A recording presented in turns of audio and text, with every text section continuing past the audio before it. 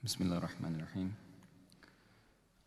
Alhamdulillahi Rabbil Alameen, wassalatu wassalamu ala ashrafil anbiya'i wal mursaleen wa ala alihi wa ashabihi ajma'in. Rabbi zidni ilma wa rabbi shrah li sadri wa yassir li amri wa hlul 'uqdatan min lisani yafqahu qawli. Subhanaka la ilma lana illa ma 'allamtana innaka antal alimul hakim. Allahumma salli ala Sayyidina Muhammad wa ala ali Sayyidina Muhammad wa barik wa sallam.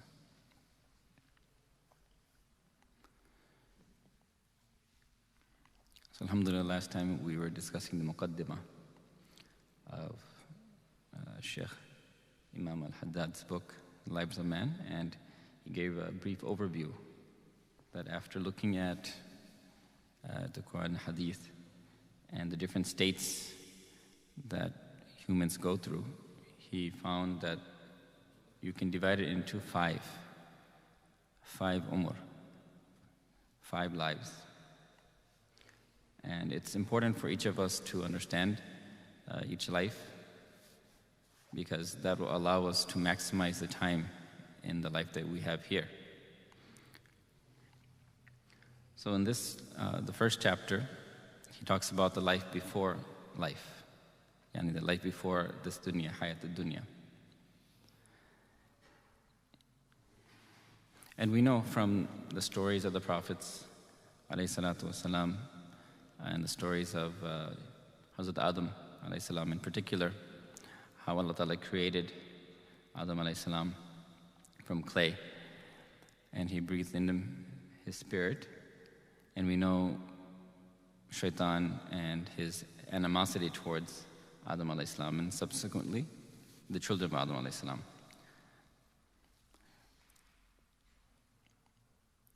So we have to ask ourselves, where were we at that time? So Imam Haddad has mentioned that we were in the loins of Adam alayhi salam. So we were actually in Jannah.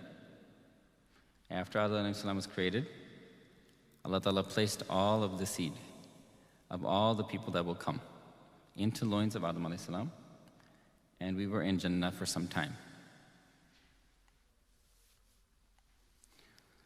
And at that time, there was a covenant that took place. And that's something that's very important. And Allah Ta'ala actually reminds us in the Quran about this covenant. And that's the key, the point of that life that we need to understand, because it gives us direction in this life. Then later on, the Imam talks about the khususiyat of the Prophet ﷺ and how he was also at that time in the loins of Adam ﷺ, but there was a special nuraniyat that Adam ﷺ could perceive. And most of us, we don't know any, we don't have any recollection of that time, but there was something that was planted in the hearts of all of us. Finally, at the end of the chapter, he talks about the khususiyat of the ummah of the Prophet ﷺ, yani our ummah, and how Musa ﷺ wanted to be part of this, wanted the ummah to be his ummah. And there are some reports that he mentions. So today I just want to highlight that covenant, because that's something that's practical for us and something that we need to remind ourselves of.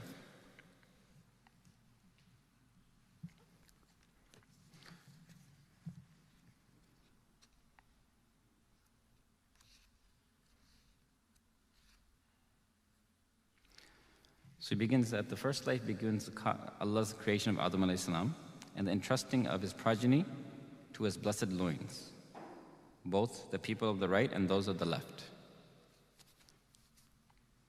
namely the people of the 2 fistfuls. Then Allah brought this progeny out from Adam's loins all at once to take the covenant, the mithaq, the pledge, that they recognize his unity and lordship. This event, which happened at Na'man, a valley near Arafah, is referred to in the Quran. وَإِذْ أَخَذَ رَبُّكَ مِنْ بَنِي آدَمَ مِنْ ظُهُورِهِمْ ذُرِّيَّتَهُمْ وَأَشْهَدَهُمْ عَلَىٰ أَنفُسِهِمْ أَلَسْتُ بِرَبِّكُمْ قَالُوا بَلَىٰ شَهِدْنَا أَن تَقُولُوا يَوْمَ الْقِيَامَةِ إِنَّا كُنَّا عَنْ هَٰذَا غَافِلِينَ. أو تقول إنما أشرك آباؤنا من قبل وكنا ذرية من بعدهم أفتهلكنا بما فعل المبطلون وكذلك نفصل الآيات ولعلهم يرجعون. This is Surah Al-A'raf. So he's mentioned that, O Prophet, remember when your Lord took out the offspring from the loins of the children of Adam and made them bear witness about themselves. So there was one time while we were all in Jannah that Allah Ta'ala took all of us out. And it's mentioned it was a plain of Na'man near Arafah. So this plain. And all of the children of Adam, yani all of us and everyone that came before us and anyone that will come till the end of time was present in this one gathering. And then Allah Ta'ala said, Alastu bi Rabbikum. Am I not your Lord? Am I not your Lord? And at once, everyone said, Qalu bala. But of course, Shahidina, we bear witness. So this is a very significant event in the life of all of humanity. Because at this time, the seed of Iman was planted. The seed of Iman was planted in every single human being that is to come into this world. And Allah Ta'ala did it, and He mentions why. He mentions why because He says that, so you cannot say on the Day of Judgment, you cannot make excuses. We were not aware of this.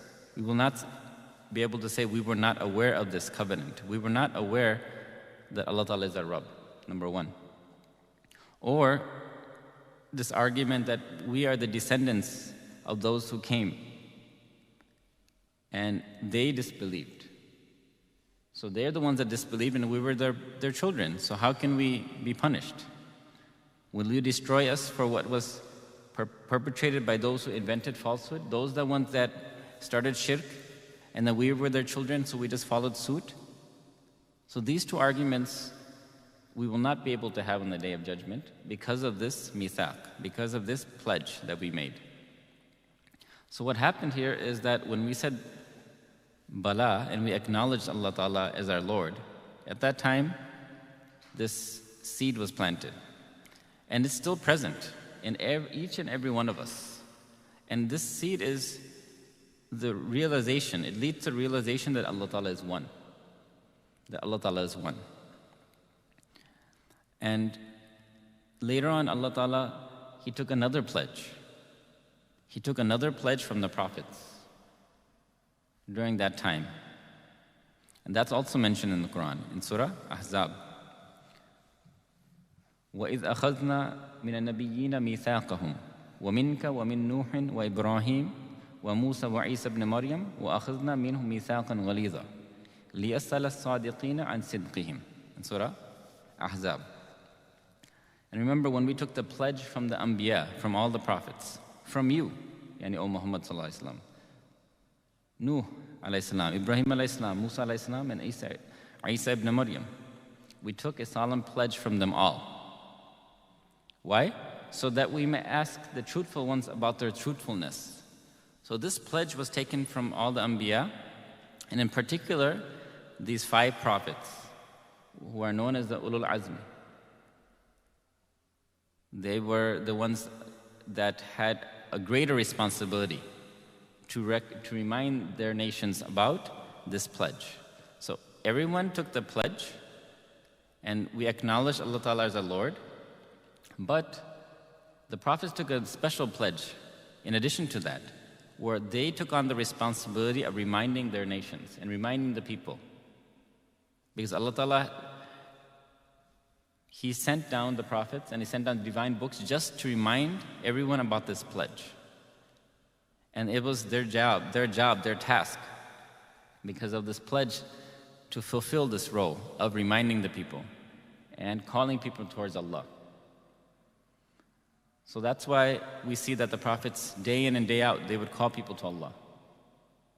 And we see the extraordinary sacrifices that they made. So this is something that we have inside of us, this the seed of Iman. Even if somebody, doesn't recognize Allah Ta'ala, apparently, and is looking or studying, where did we come from?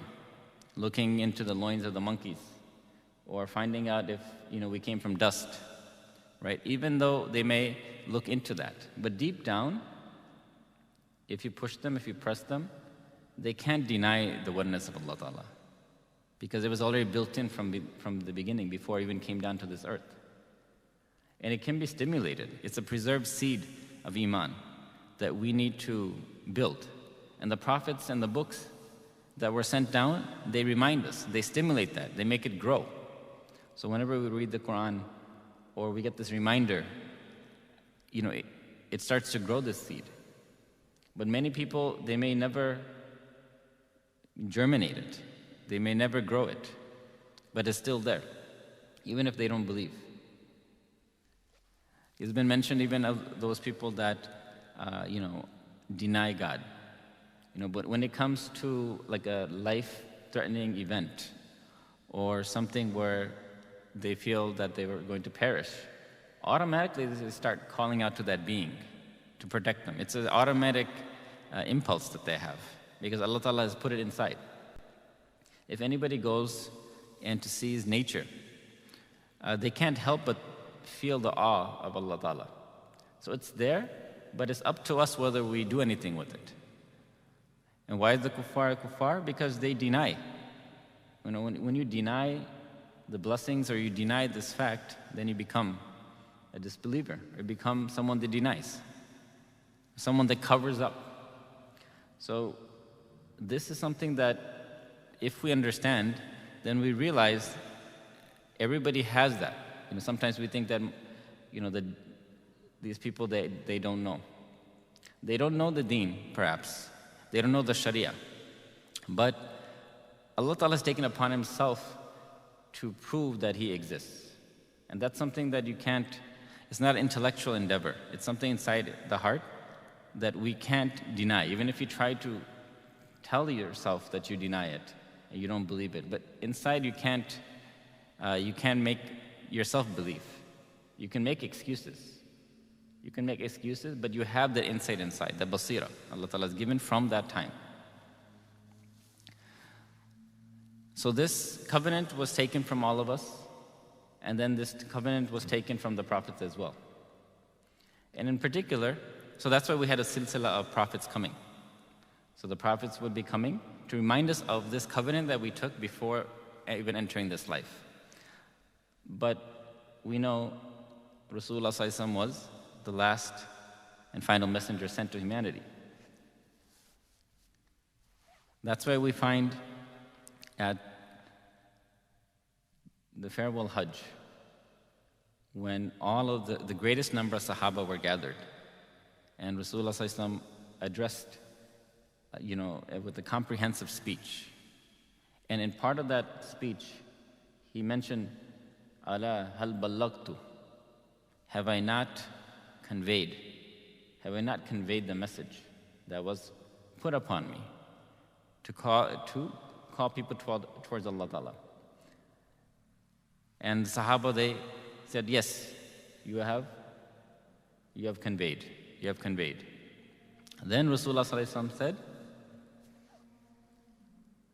فَلْيُبَلِّغُ الشَّاهِدُ الْغَائِبَ.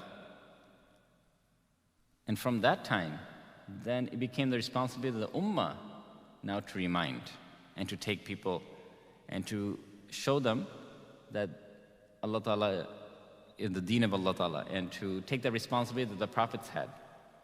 So this is how we're connecting everything, that when we look at what is our purpose here and what are we doing in this life, part of it is we're reminded of what's the covenant that we made there. Plus we see, how do we even get the deen here? We got the deen through the efforts of the Sahaba. And they took this, the statement of the Prophet ﷺ seriously, and they took it and they went through all out the lands to spread the deen. So it goes back to that initial covenant that Rasulullah ﷺ took, and then he gave it and passed it on to the companions, and that's why we have the deen today, and it's our responsibility until the end of time to remind. So if we realize that, it's difficult to give da'wah, it's difficult to call people, invite people towards Islam, but when Allah Ta'ala has already put that seed in there, there's always a hope, and there's always a chance. There's always a chance that we will, get that. We will be the ones that generate and germinate that seed. So that's something that we always need to keep in mind. Also, we need to keep in mind from this idea that we were all there in one place, is that we have inside of us, the seeds for the future generation, because it was passed down. When Adam Islam came down, we were in his loins, and we also came down with him. So although, many of us have already gone, others have yet to come. So it's something to think about deeply, that, we are just a connection. We're just a connection. Only when you look back at humanity, when we all return back at once, then we'll see the connections between all of us. So we do have to develop ourselves, because inside of us, we may have that connection. We may have that, future leader. Subhanallah. Sometimes we don't even want to get married, or we don't want to have any children. We're really denying and cutting ourselves from so much barakah, because we don't know how far the silsila will go. How far till the day of judgment will we have a role? Some people, they're cut off from all progeny, and that's it. Whatever deeds that they did goes with them, and nothing continues. That's why the emphasis in our deen to raise righteous children and to leave behind some legacy, because we have a long way to go. Once we're in our graves, we think this life is long, 60, 70 years. But how many years from now until the day of judgment, until the last person actually, emerges and comes out into this world? We could be accruing so much. So if we reflect sometimes, then you get a very different perspective. And that's the whole idea. Because we don't really zoom out. We don't really think about it. We're so hyper-focused on this world and this dunya that a brief moment of reflection is enough. So Allah Ta'ala has reminded us in these two places in the Quran about this covenant. And this is the primary thing that we should think about from the life before this life, is that we had this covenant, and every day, how much are we doing this? Every day, how much are we believing in Allah Ta'ala? How much are we renewing this pledge that we had? There are other incidents that happened in the life before this, and the Shaykh does mention that, about Adam alayhi salam. For example, among his progeny, he saw Dawud alayhi salam.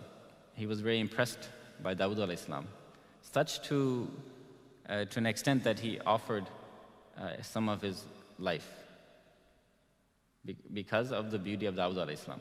So the Imam mentions other hadiths, but these are there for us to take, to know that we really don't have too much knowledge of that time. So the pledge here is the key thing, because that's something that we're keeping everyone has inside.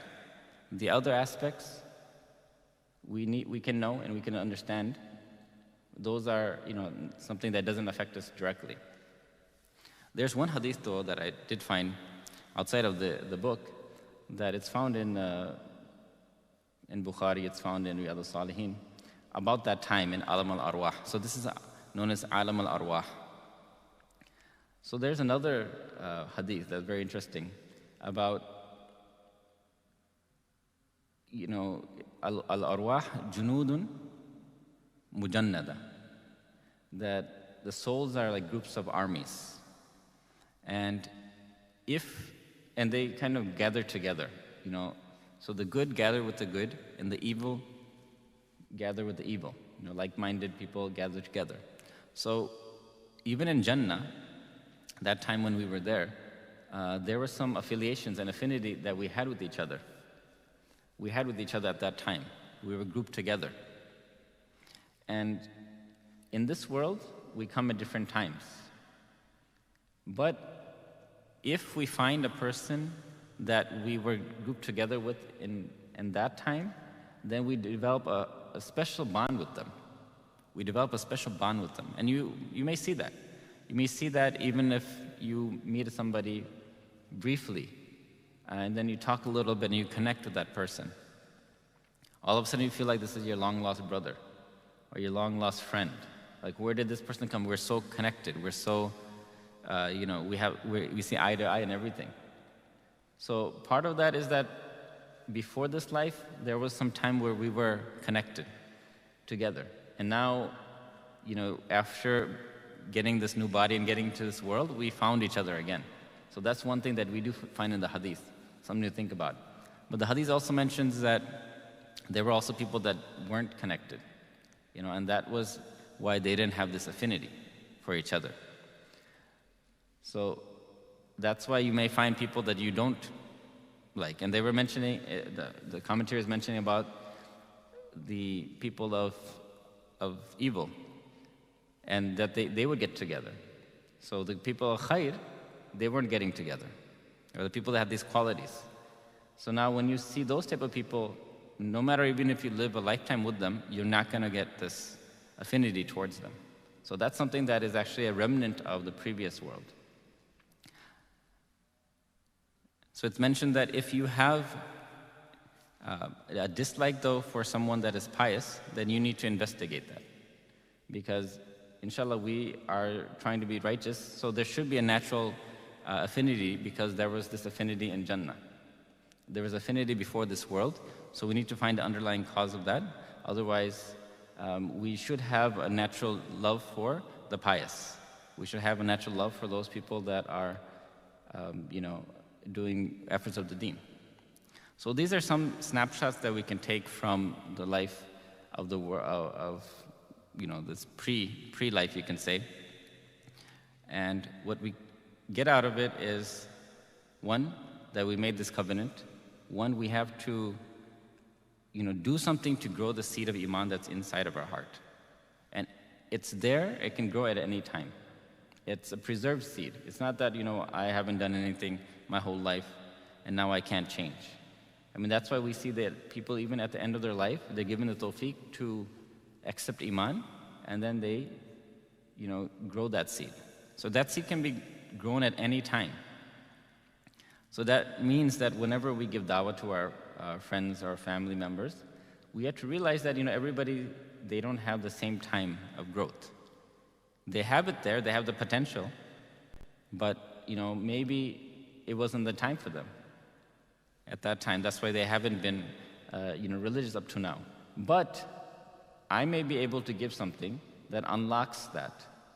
I may be able to give something that grows that and gives them that necessary boost for them to start growing spiritually and growing in deen. So that's why every opportunity you can take. Every opportunity is a unique opportunity for you. And you never know whose words may affect. And what gathering? At what gathering? One gathering, there was a person that had mentioned that you should study, and that time, I didn't really have this idea. I didn't have this idea about studying. And then he mentioned, stories of people that were studying for the sake of Allah Ta'ala, studying the deen. And that one gathering, gave me the inspiration to study. So up to now, I wasn't even part of it, So you never know what these words can hold. So inshallah, we ask Allah Ta'ala for tawfiq to understand, some of the snapshots of the life that we had previously, and to recognize that we all have the ability to grow at any time, and we also have a responsibility of propagating the deen, and that is our primary function. No matter what we do as a profession, but we have to take that covenant that the prophets they took, and then Rasulullah passed on to the ummah about giving da'wah and reminding each other about the meeting again. So we all started out together, and we were dispersed in this dunya, and then inshallah we will all meet each other again on the Day of Judgment, and based on our deeds, inshallah, we will also meet in Jannah. We ask Allah Ta'ala for tawfiq, we ask Allah Ta'ala for forgiveness of our sins, ability to make the most of this month. We ask Allah Ta'ala for forgiveness of our family members, and we ask Allah Ta'ala for an opportunity to really maximize this month. Wa akhiru da'wana alhamdulillahi rabbil alameen. Inshallah, we'll have a silent dhikr afterwards.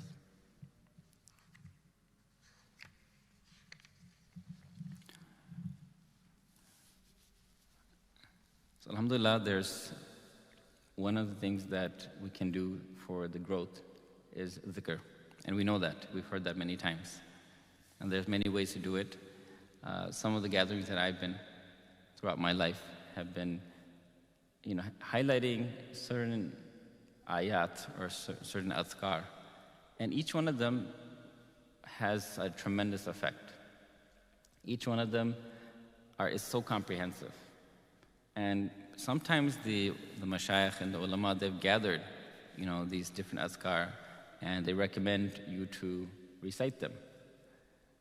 For example, if somebody undergoes a lot of difficulties in his life, he or she may connect to one particular ayah, like, Wallahu ma'as sabirin. And that defines that person. They went through so many difficulties. Another person may be have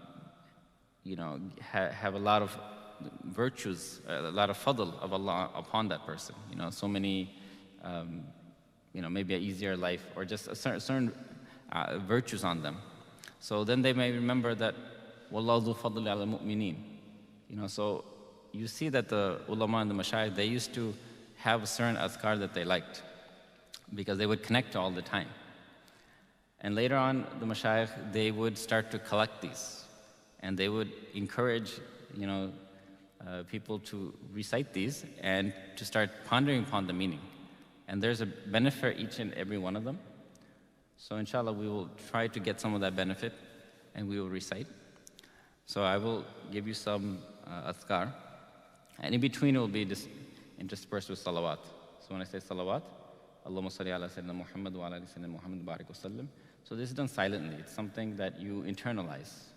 You internalize and you try to feel the nur of that. And when I say the particular dhikr, then inshallah you can just repeat that silently. Bismillah ar-Rahman ar-Rahim. Salawat. Allahumma salli ala Sayyidina Muhammad wa ala ali Sayyidina Muhammad.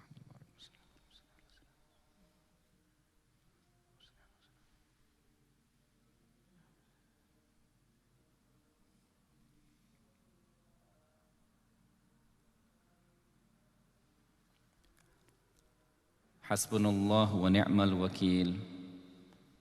Hasbunallah wa ni'mal wakeel.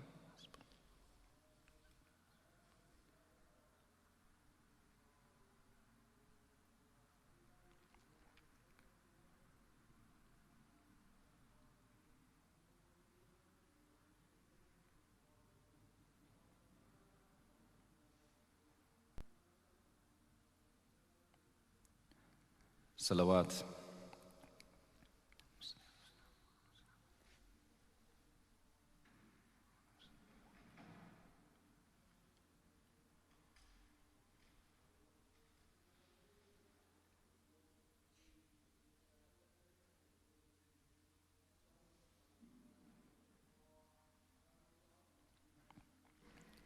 يا خفي اللطف أدركني بلطفك الخفي يا خفي اللطف أدركني بلطفك الخفي.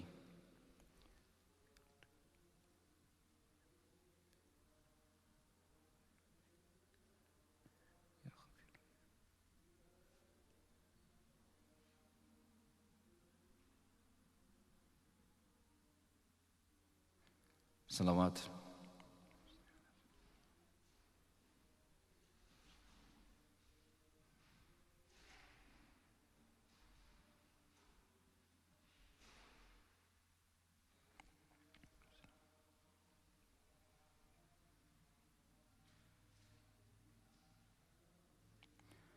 لا حول ولا قوة إلا بالله.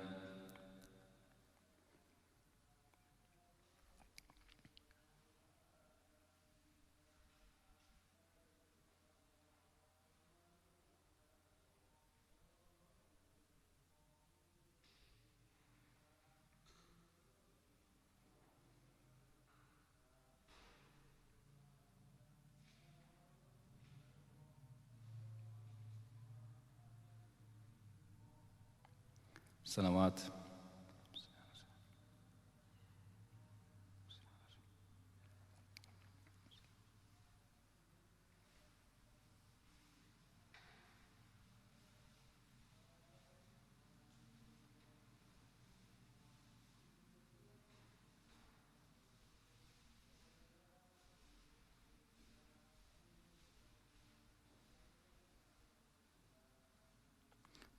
لا إله إلا أنت لا إله إلا أنت سبحانك إني كنت من الظالمين لا إله إلا أنت سبحانك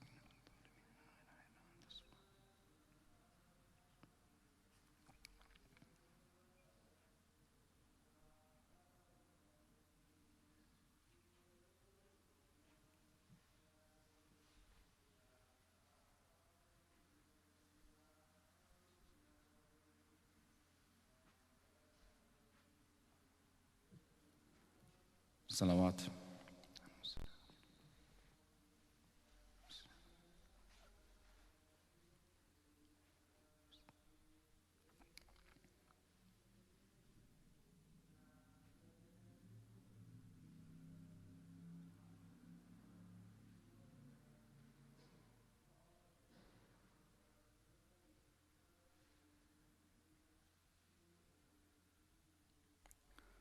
يا حي يا قيوم برحمتك أستغيث يا حي يا قيوم برحمتك أستغيث.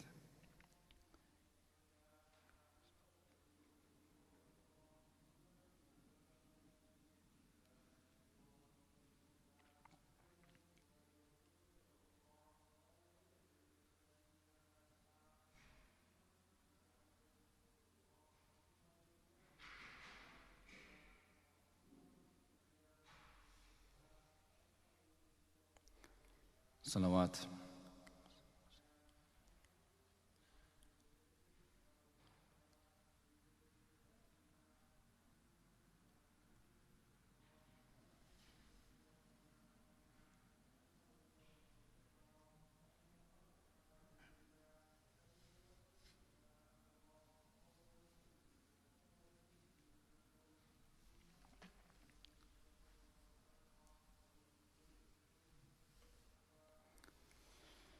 ربي لا تذرني فردا وأنت خير الوارثين ربي لا تذرني فردا وأنت خير الوارثين.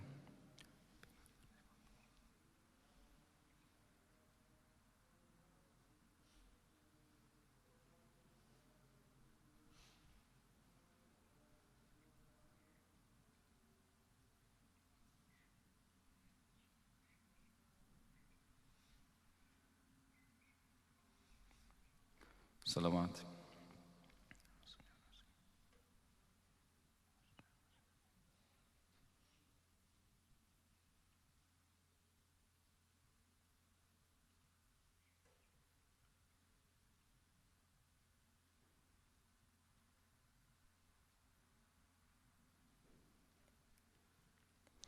والله ذو فضل على المؤمنين والله ذو فضل على المؤمنين.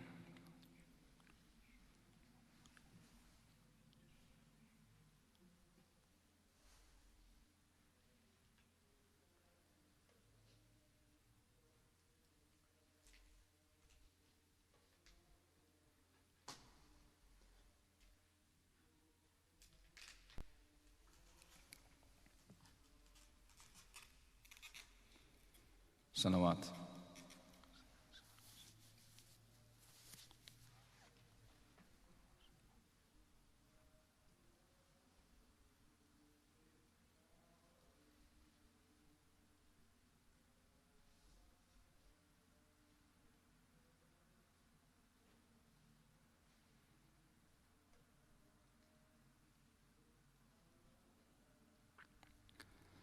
إنا لله وإنا إليه راجعون إنا لله وإنا إليه راجعون.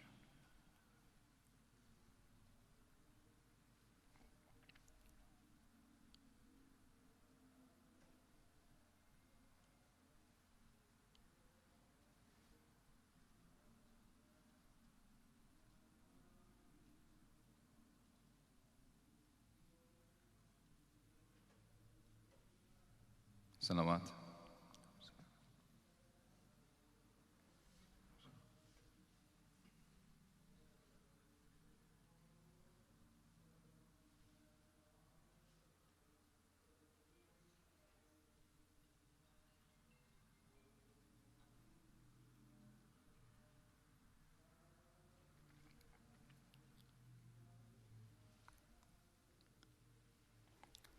الله ولي الذين آمنوا الله ولي الذين آمنوا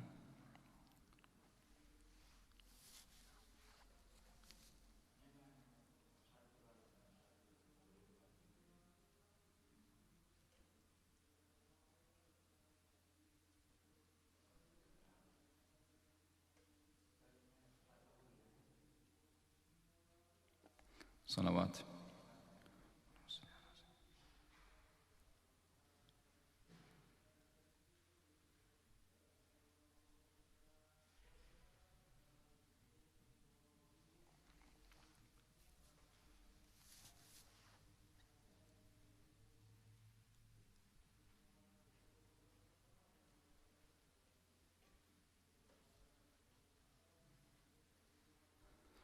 والله ولي المؤمنين والله ولي المؤمنين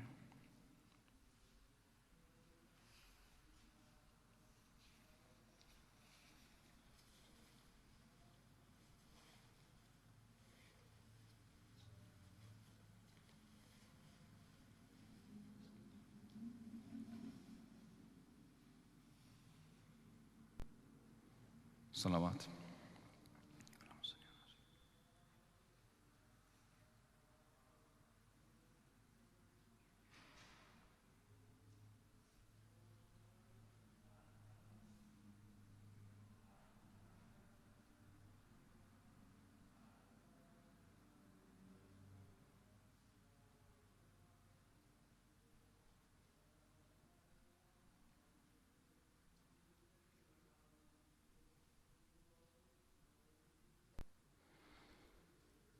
اللهم صل على سيدنا محمد وعلى آل سيدنا محمد وبارك وسلم